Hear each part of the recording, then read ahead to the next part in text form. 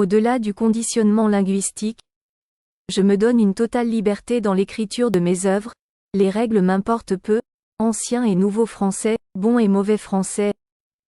L'essentiel pour moi, c'est la compréhension du message véhiculé. Pourquoi ?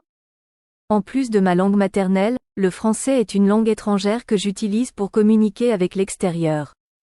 Après avoir lu des œuvres écrites par des humanistes, notamment Pantagruel, ancien français en 1532, de Rabelais, j'ai compris que le français défendu par l'Académie française n'existe pas. La langue française est en perpétuelle évolution. Elle s'adapte au temps, aux lieux et aux réalités. Contrairement aux Africains qui demeurent dans leur conditionnement linguistique, des Français ont compris cela. Voir la différence entre l'ancien et le nouveau français. Ils savent que ce qui a été considéré comme une erreur hier peut être normal aujourd'hui.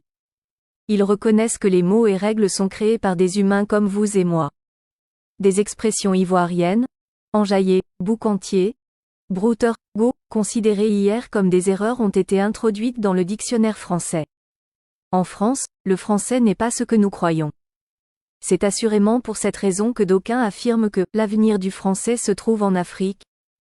Je permets donc à mes lecteurs de plonger librement dans mes livres sans complexe. Thomas Sankara.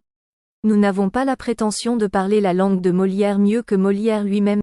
Soumaïla Diarra Souba, écrivain militant neutraliste humaniste.